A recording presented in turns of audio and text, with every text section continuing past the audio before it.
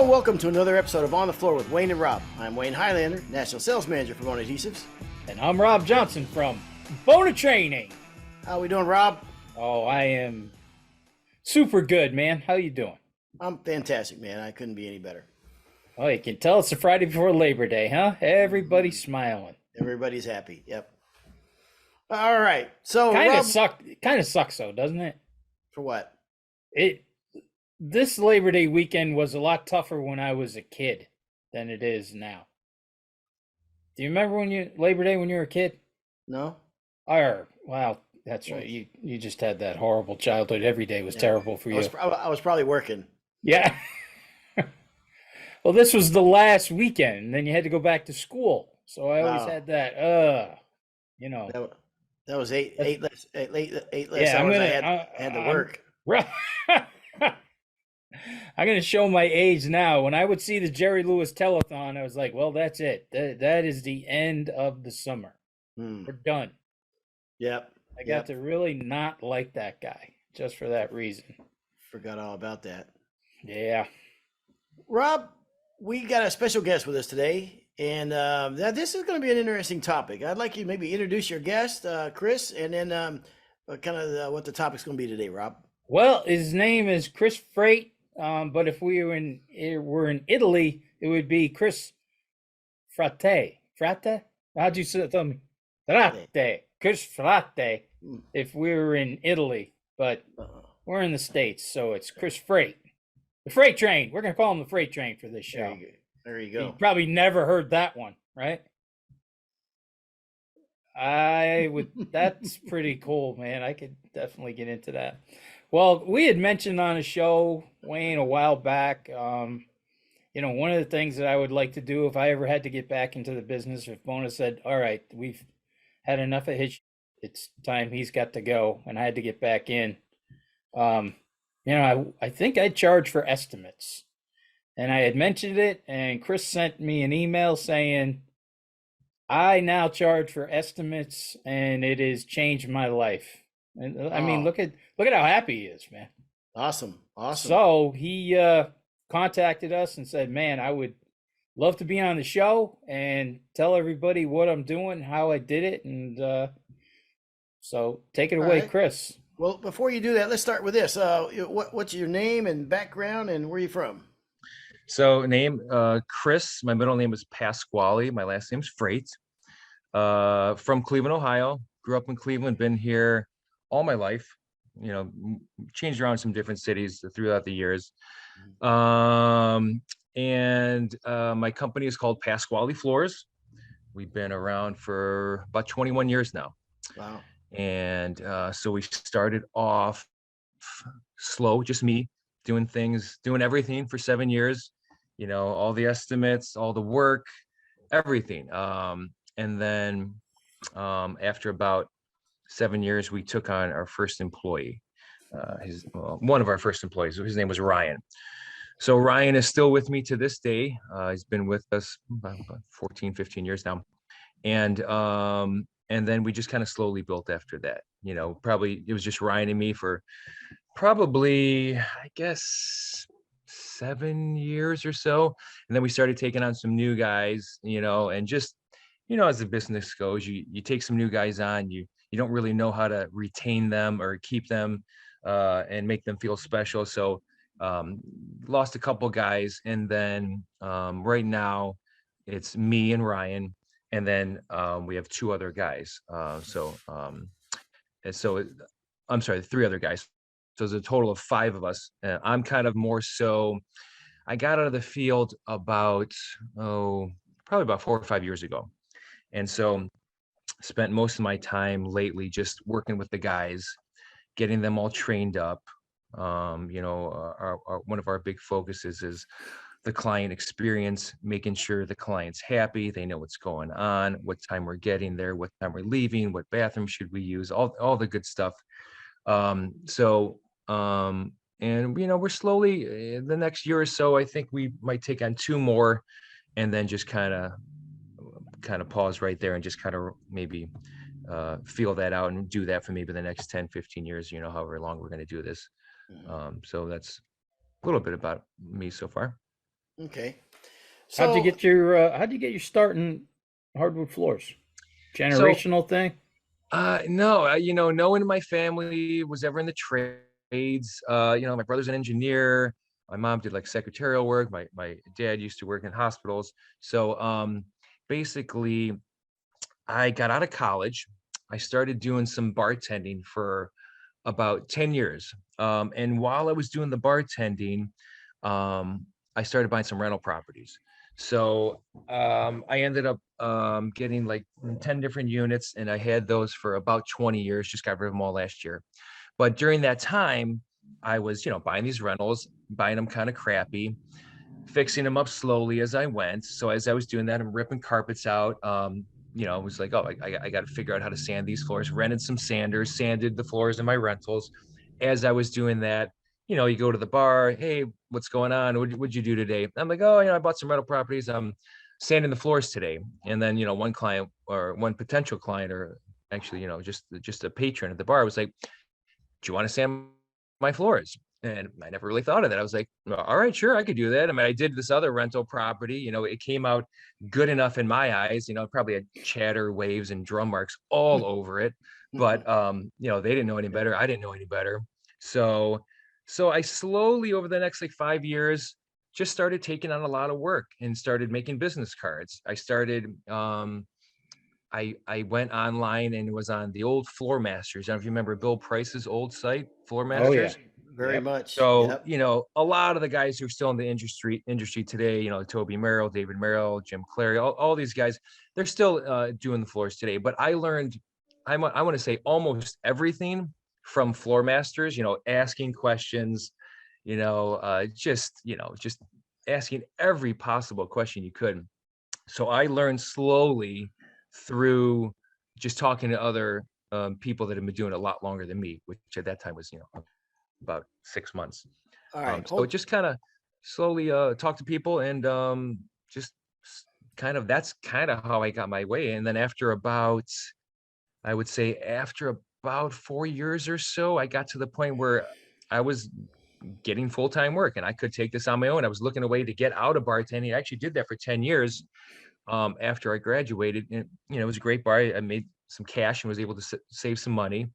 So starting the business wasn't too hard. I had some capital. I had a little bit of experience. Okay. I knew. Hold that Yeah. thought. Yeah, Okay, I got questions, and I'll forget if I don't get to them. absolutely. One of them See, is this. Wayne hasn't mastered the art of interrupting people like I have. He's working No, on no, it. yeah. See, I was very polite about it. A couple Yeah, things. but I could tell you were getting a little jumpy in the seat there, though. Yeah, I could when see I you don't, when hopping I, around. if a minute and a half goes by and I'm not talking, I get nervous. So first thing I really want to compliment Rob. I mean, wow, let me write that question. How'd you get in the industry? That's a good question, Rob. Hey, I'm gonna write that one down. I've never had that before. Just a nugget. I didn't even ask him the question. I was really kind of wondering how he got into it. Why? I always wonder why people get into this, or Dude. not why, how. Mhm. I knew how you did it. It was an FBI thing, and Mm. you had to do something with your Yeah. different name and everything. Next question is, okay, why is a spritzer not a manly drink? Well, I just want to order a vodka with grapefruit, what is it, cranberry juice, and everybody Yeah. at Bona makes fun of me. I'm Well, looking for more of a That's manly not a drink. spritzer. Yeah, it That's is. not. spritzer is usually Spritzer's got wine some with some. 7-Up or soda in my That's a world. spritz. Yes, that's a Wait, spritzer. that's not a Yeah. spritzer. Now maybe That's a people were just making your drinks pink on purpose. Is that possible? That's There a you go. possibility. Wayne. You're drinking Cape Codders. It's also called a spritzer. It is not a spritzer. Listen, Cape Cod is vodka cranberry. yes, that's what I was Yes. drinking, but it's also called a spritzer. No, No, it's different not, Hold drink. on. not anywhere in the Oh, here world we is go. that called a spritzer. Hang on. No chance. Yeah, because Siri drinks so Siri, much, what she's is a gonna know. spritzer? Hang on. Stop talking now. Siri, what is a spritzer drink? a loser drink for a man. That's what she's gonna say. A spritzer is a tall, chilled drink, usually made with white wine and carbonated water. Okay, so let's move on. Even Google's wrong sometimes, I guess. I've been lied to all my life. All right, so you did your bartending. You said something about capital before you moved on. So yeah, so I was able to save enough money bartending, so I was able to buy, enough equipment that I needed for me to sand floors, which was a used Hummel that was made in 1990. We still use that. An old American spinner, edger, and we still have that. And I bought a So backpack. you're just back gonna and a bucket. not you're just gonna Any- name drop other vendors the any whole other- show, or any are other we gonna, manu- we're gonna any other stop manu- that I forgot right where there. I was. Yeah, I'm trying to I be forgot. specific. Yeah. Any other On the manufacturers you floor need to with mention? Wayne and Rob from Bona. And then, at that point, I was just waiting for the power drive to come out, and then eventually it came out, and so I bought one. Hey, he's back on track. Okay. That's how you make a save. Hey, So, I want to interrupt you for a second. Jesus, I do Rob. want to go back to something you said. It's amazing how many people Bill Price, how many people he's touched in this industry. Now, here's a guy who kind of learned how to do his craft from going on Bill Price's Floor Master website. I mean, it's just, I don't know if you ever had the chance to meet him, but just one of the greatest guys you'd ever meet in your life. You instantly fall in love with the guy because he just has this uncanny way of making you feel like he's known you forever. But it's amazing how many people in the industry that he's touched. Yeah. I remember asking a question about water popping one time, and he called me and he just walked me through the whole thing. He gave me his take on it. And, I always remember that, I mean, I learned everything through his site and all the people that were on that site. So yeah, it was So very he informative. took the time and actually gave you a call. Gave me a call out of that nowhere, is so Bill Price. So Yeah. I mean, I didn't know the guy. I didn't, and, but I have great couple, guy. Yeah. couple things about that. One is Bill Price had this uncanny ability that you thought you had a special connection with him just because. I mean, probably everybody did because he was that nice a guy. I don't know what happened to his kid, but I guess it skips the generation. Just kidding, Bill.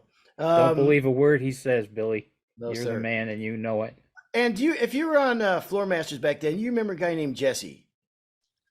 Yes, I do remember Jesse. Oh, Alfred, great advice. A lot of time, and I just fell right off the map. Never heard from him since. God, there was so many of those guys on there that just, some of them gave crazy advice. Other guys were super helpful. Mm-hmm. And some people were just off the wall. I mean, just nuts. But yeah, a lot of information there, though. Well, that's why they had to ban Wayne. Yeah, I was under a different name at the time. It just got too, yeah. Jesse, his real name until the FBI put him in the program. Was that Wayne? No, Yeah. no, I'm just kidding. No, Jesse was his real name. No. All right, so now you're heading the direction of doing hardwood floors full time. So I was kind of doing a little bit half and half. I was bartending, and then I was doing floors. I was, bartending at night, doing floors during the day. I was in my late 20s. I didn't care. I was working 80, 90 hours a week. I just wanted to make money. So yeah, so I was basically doing that, doing the floors, learning slowly. And then it just became, after maybe a handful of years, might've been 3-4 years when I was doing both, I finally got to a point where I had a pretty decent full schedule sanding floors. So quit the bar and then just put, all my focus onto the floors and started making business cards. Didn't really do any marketing. I just didn't know what I was doing at that point. It was just, I was like, oh, I could stop bartending and do this. Let's do it. So, so then slowly did that. And basically that's how I got my start. And then after about 6-7 years, started working with employees, hiring people. Okay. Yeah. And you're doing free estimates, as a lot of people do. Yeah, I was doing free estimates until probably 3.5 years ago. I mean, doing a lot of free estimates. In the beginning, I was just happy that someone had my phone number and they were going to call me and I had potentially a way to make money other than bartending. So, I just, it was very wide-eyed and super optimistic then. So, but yeah, free estimates, tons and tons of free estimates. Yeah. Hmm. And I think the turning point for me, if you want me to kind of go down this road, um, was one day, a few years ago, I went to my basement. And you know how I don't know if you guys, did you do your estimates on old notebooks, and you just write notebooks, and, and you turn the page, and then after a while you have, these stack of notebooks, Yeah. that you keep. I don't know why you always kept mine. So I don't know, it's about 4 years ago, I went downstairs and I was like, oh, let me, you know, turn the page back a little bit and, start just looking at some of these estimates I wrote up. And I'm flipping through these, and I'm realizing I didn't work for 90% of these people, but Mm. what I did do is I went to their house, I talked to them, I hung out, I thought I made a connection. Um, and then I came home, and then I'm working at their numbers. And on Saturday mornings, I'm doing all that and spending time. And, when it came down to it, I did the math, and it was basically each person that I talked to that did not hire me took 2 hours of my time, 2 hours of my time away from my family, 2 hours away from my time to make money, 2 hours away from my time to market my company. Mhm. Um, and so as I'm going through, I was like, wow. I'm like, and I used to write estimates mostly Saturday and Sundays. I'd wake up Yeah. early, 5:36, and just bust them out until like noon or 1, and send them off. And then, just hang out on, I guess, what you call Hope Island. And, oh, maybe they're going to call me back. Maybe they're not. And so after looking at that, I realized, gosh, I mean, I'm wasting so much time. I'm just wasting so much time. So I figured there had to be a better way, so that's when I started kind of researching the idea of maximizing my time, um, getting my time accounted for, and the idea of, potentially charging for estimates and see where that would take me, you know.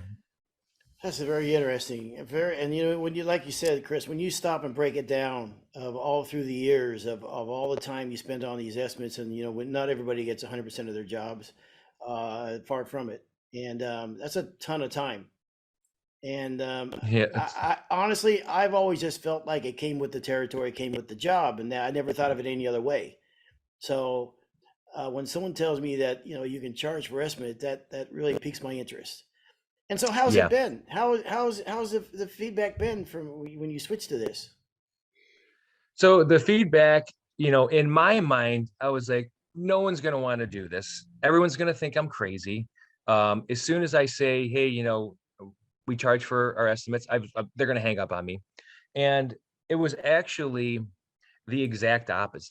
What happened was, almost everyone that I say, and I could kind of let you know how we go about the process. But when we do come down to that, and I'm letting them know, hey, we're going to, we charge for estimate, I would say between 70 to 80% of the people say, of course, no, I understand. You have to charge Mhm. for your time. Your time's valuable.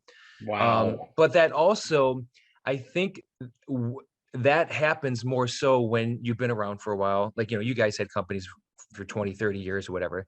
So when your brand is built up, we have like 106 all 5-star reviews. So people know about us. We've done their friends floors. We're on Facebook and Instagram. Our yard signs have been up all over the city for 20 years. So, they realize, we probably know what we're doing. And so when I would tell them that, they're like, oh yeah, absolutely, no problem. And still to this day, when I'm like, yeah, we charge for estimates. I mean, I'd say 9 times out of 10, no problem. Like, there's never any pushback. You think there'd be like 80 to 90% pushback. There's not, but um, it has to. It goes before that though, because there's a lot involved before you're charging for estimates. And what's involved before that is when they call for an estimate, one, I answer my phone. When my phone rings, I answer it every time. If it's a client that I don't want to deal with, if we're having a problem, I don't care. I answer it every time. People appreciate that. I'm very accessible, and we communicate to the point where I always tell my guys, over communicate with the client. You cannot over communicate with the client. They want to know what's going on. So when they call, it's a very thorough process. I am asking them a lot of questions. The whole pre-qualification process is very important. When people used to call, hey, I'm Pasquale Floors, how can I help? Yeah, we got a floor, a couple hundred square feet. We want to get in the next few weeks. Can you come take a look at it? Boop, yeah, we'll be right out. Hang up, right out, drive right out to the house. I don't know anything. They don't know my pricing. I don't know if they need it done tomorrow. So now, the first couple of things that we talk about is schedule. Here's when I can get in. Does that work with you? Okay, great. The next thing we do is we talk about pricing. So what happens, but before that, we have our website set up so clients can go right to the website. We're very clear about a pricing. There's nothing secretive about it. So you go to the pricing, you say, we start off at X amount of dollars a square foot. We can go up to this. You want to do a pre-finished board repair, here's the price. You have screen and recoats, $2.50 a square foot. So we're very transparent. But on top of that, the website has to be set up to be conducive of this process. And it took us a while to set that up. And what that looks like is when you go to our website, front and center, it says get an estimate. So those are our free estimates. So when you get an estimate, people just punch in their information. They punch in the pictures of the rooms they want to take care of, and then they give a square footage of the rooms. Now, the only pushback is, I don't know how to take square footage. And then it's like, it's just length times width. You could give it to me in inches by inches. So literally that's almost the only pushback we get with that. So they get to the website, they punch in their pictures, their measurements, it comes right to me. I get an email alert, I look at it, I try to get taken care of right away within 24 hours. If I'm not going to be 24 hours, they get an email or text message back. Thank you for sending the web form. We received it. We're going to be working on it the next couple of days. Again, over communicate. And then at that point, so we are, I'm working on the numbers and I'm figuring out what they got. I got some pricing. Now at that point, I'll either call them, and kind of go through the whole process, and give them the numbers and, and figure out how that works. But sometimes I'll just email the numbers to them too. So they have the numbers and they have them and they're good to go. And, so do you not always go out to the job site then? Is this enough that you could do this all over the phone? And it's a two-part process. So the first process, they call me, I send them to the website, they go to the website, I get every information I need, and then I either email them a number or I call them with the number.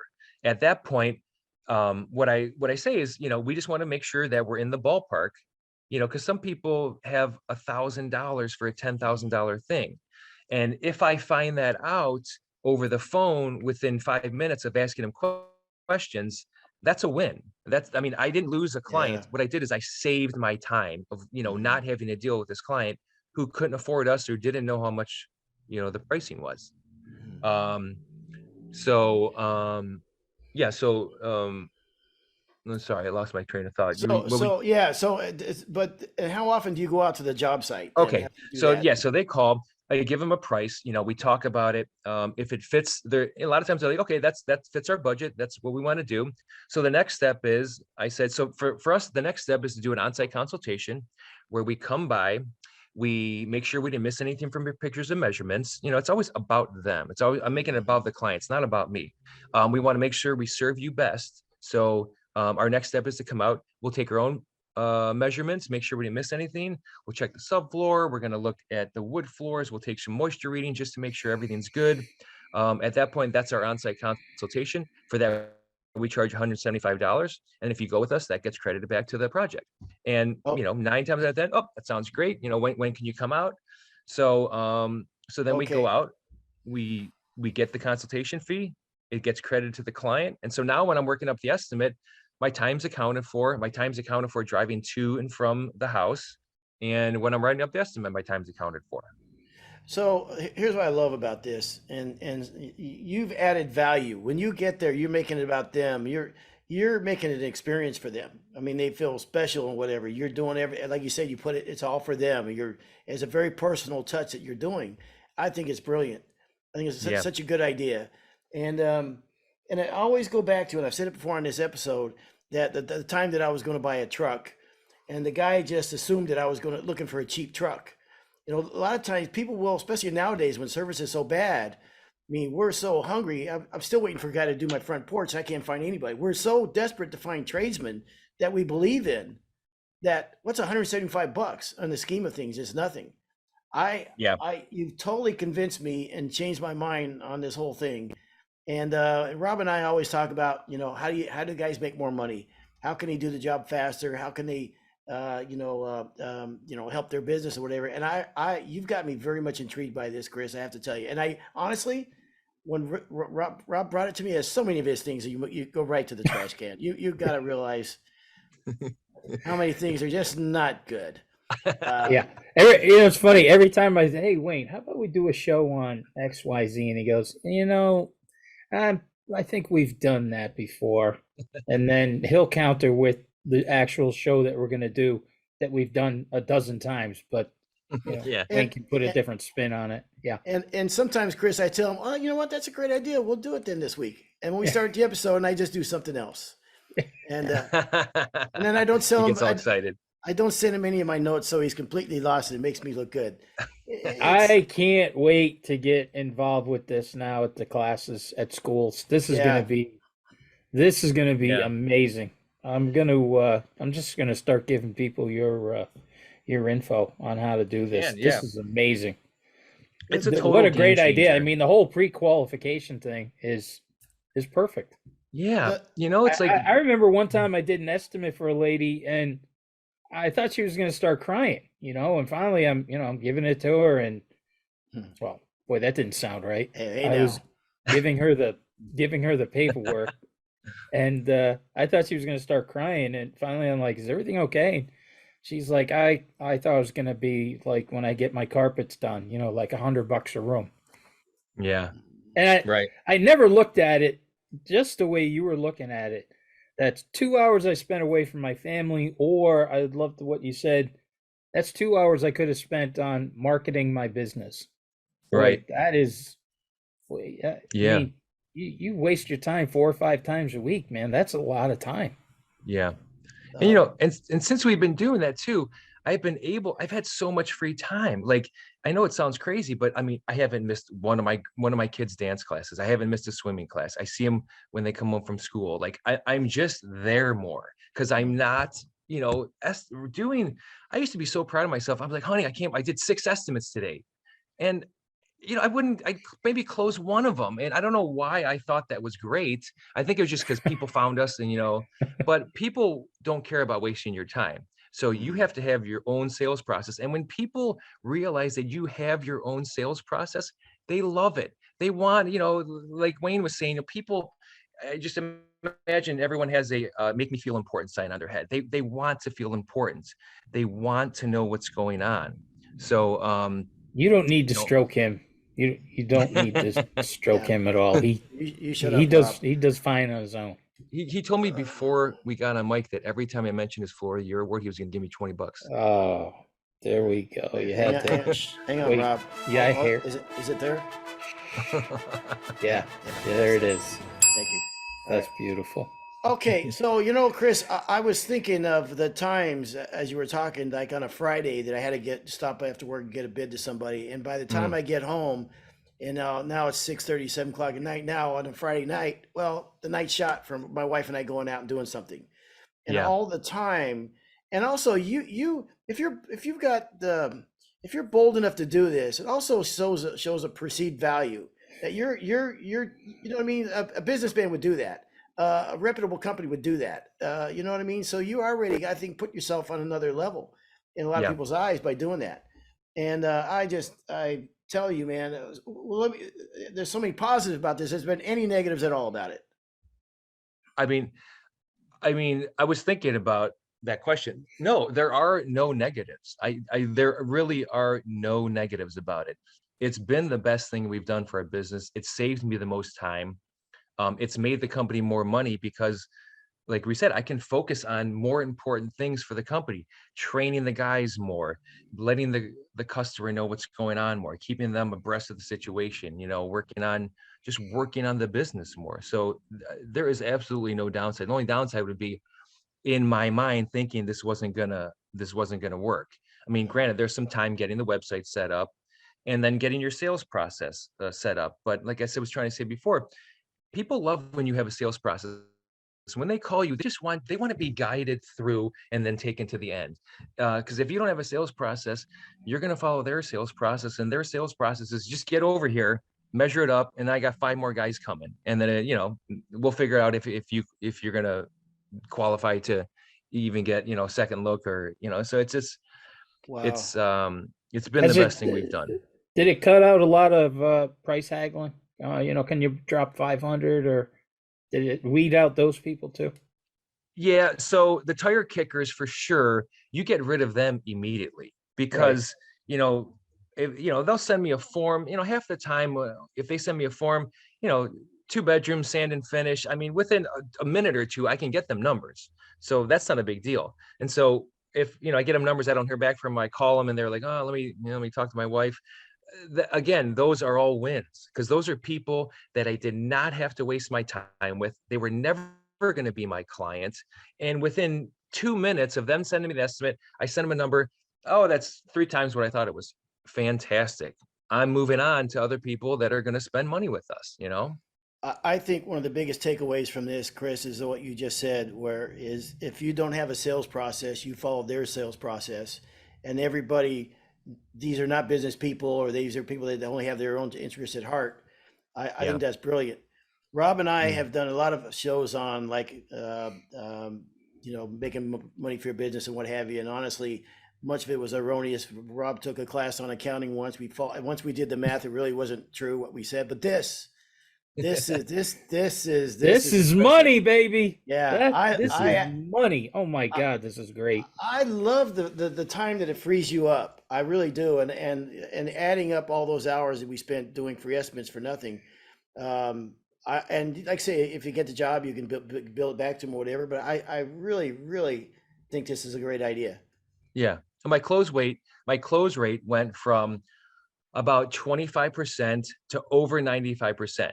Because once I go to the house, they already know the price, they already know Yeah. my timing, they know everything. We've talked, they understand that I've listened to their project, I know what's going on.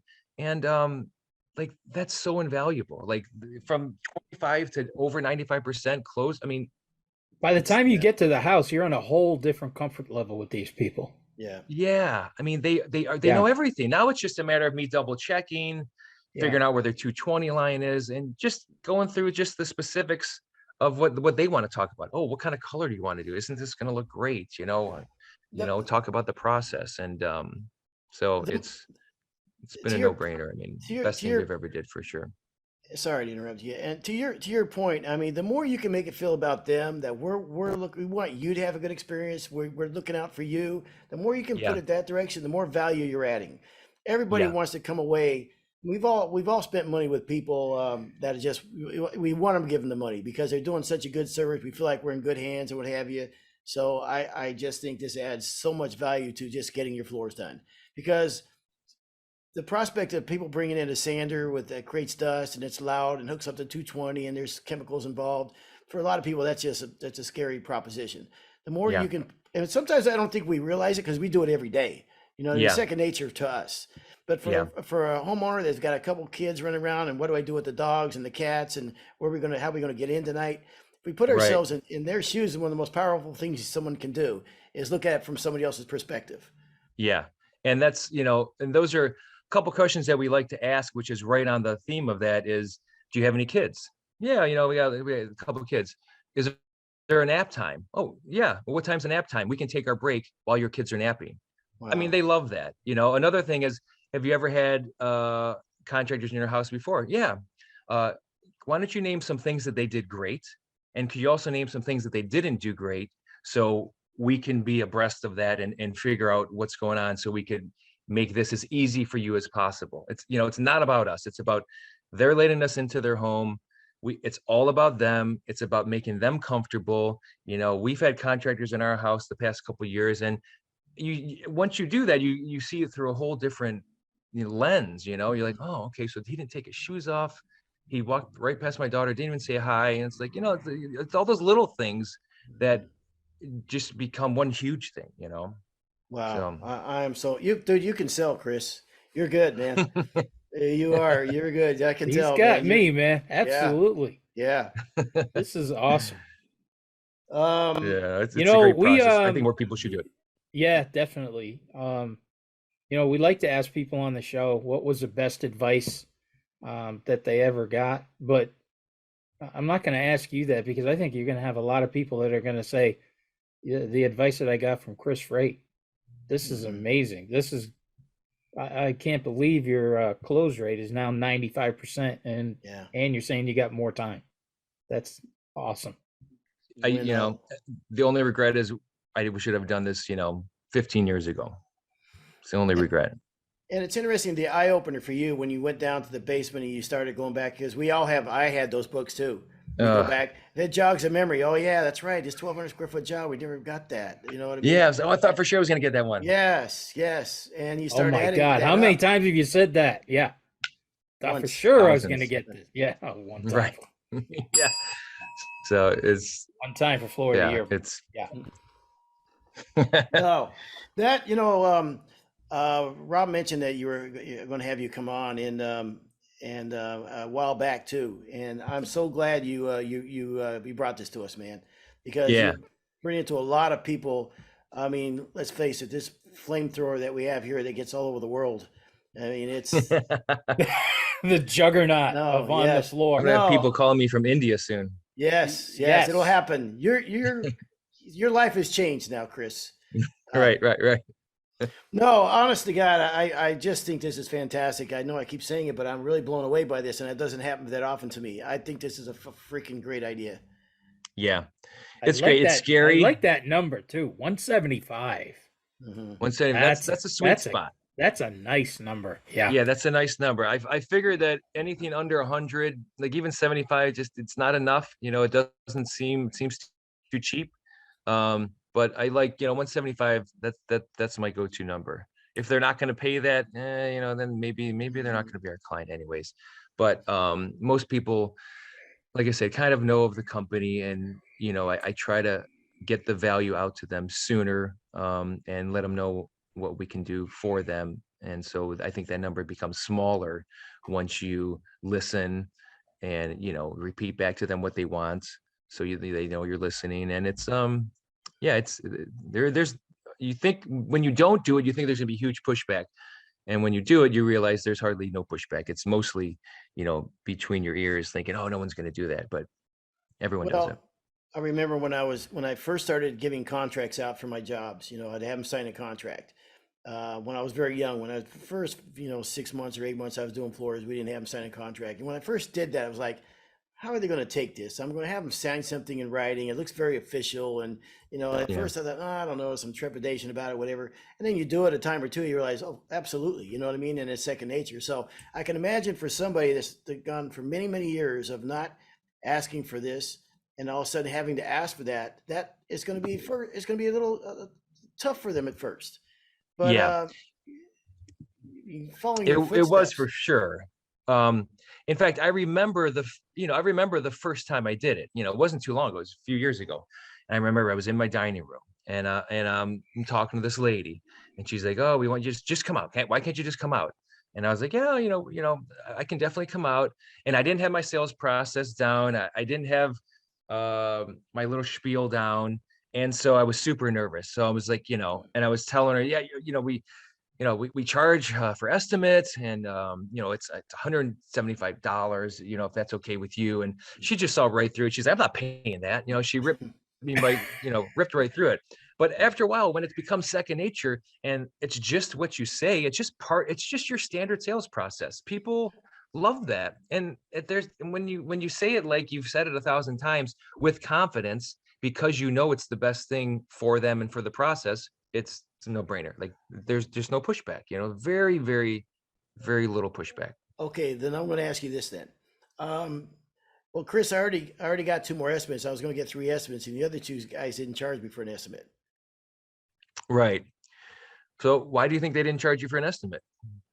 I don't know. I just thought that was like the given practice, you know. Mm. Well, we're very busy, and we do like to account for our time. And I feel when we account for our time, we will make it the best for you too. We'll come prepared, and we want to hear about your project, and we want to make this all about you, and we will make it all about you. So if you feel that's too much, I understand. It is what it is, but we'd love to help you, and if you want us to help you, that's the fee we're charging. And I, I, by all Yeah. means, if you go with us, remember that gets credited back to your project. Are you guys role playing, or Wayne? Do you really have a job no, that I'm you want sorry. him to come look I at? do a lot. I do a lot of role playing. No, I think that's good, and also the fact that listen. I mean, it's not just about the floor. It's about your house and how you live in the house, and and how you use the house, and to find these things out. It's a process, and it's all we take all that into account. I love this, man. And how's business in Cleveland? Business in Cleveland's great. We got a lot of good companies out here that we're all friends with. We talk all the time. We have a group, like a mass text message with probably, I don't know, 6 or 7 guys out here that are doing a lot of work. Anytime we need finish, we always help each other out, always letting other people borrow equipment. We're standard, we're about 2 months out, and that's pretty standard for us right now. We're Have about you found a 7 lot of guys are now copying your charge a free estimate? No, not really. I think Wow. it's really, no, maybe after this, maybe more people will. I just don't think people, because I always wanted to do it, but I didn't know how. So I had to kind of find the process on how to do it. And this isn't 100% my process. I went online, I read some things. Contractor Sales Academy was a great paid sales program that I was in that kind of helped me put this all together. And but I think they should, I really think they should. It's I know some of my friends in the business, they have kids and stuff, and I know they're working all the time, and I know they'd be able to see their kids more if they Yeah. did this. Bottom line, you'd be able to spend more time with your family if you did this. And that's one of the reasons I did it. I got a couple little girls you might see on the wall here. I can see And it now. Wayne's moving to Cleveland. He's going to charge $150 for his Yeah, estimate. I'm going to undercut you. No, I actually think that's pretty cool that you contractors will network with each other and help each other out. There was a time in this industry, and probably still is in some respects, that guys won't do that, and I think there's a lot of work out there now. It's almost like a fraternity, man. There's a lot of work out there, and not that many guys doing it anymore. So Yeah. and to help each other out and network, I think is really important. So good deal. Yeah, and we're in a like historic area where we live. We have like Shaker Heights and Cleveland Heights, which are two pretty well-known areas. All historic homes built, right around 1900. Hardwood floors, first, second, and third floor. Heart pine on the third. All oak throughout. Sometimes they even have hardwood floors in the basement. So there's enough work for all of us out here. That's for sure. And it's great. We share labor sometimes. It's good to have friends out here that we can count on if we need them. Well, a shortage of labor in a lot of places, and it's hard to find floor guys and what have you. So, and I mean, because of COVID, things have changed, and people are used Yeah. to that. So, might be the perfect time to do it. So, Chris, Yeah. I really appreciate you coming on, man. I hope a lot of people get some good value out of this, and give you too. some food for thought. And something too, Chris, you could have kept this to yourself. You know what I mean? Yeah. You didn't have to, and it's very honorable and admirable for you to do this and come out and share your process with your people in your region and across the country and everything. So I really commend you for that, and I like your style, man. It's pretty cool you did that. Absolutely. So many people have shared so much stuff with me over the years. There's no secrets, we're all out, we're all doing the same thing, so hopefully I save some other people time and they can hang out with their kids more. Very cool. Well, listen, and also thank you for listening to the podcast where we got you. Absolutely. Yeah. Huge fan. Yeah, thank you so much. And so listen, this has been another episode of On the Floor with Wayne and Rob. Please stay tuned for another episode.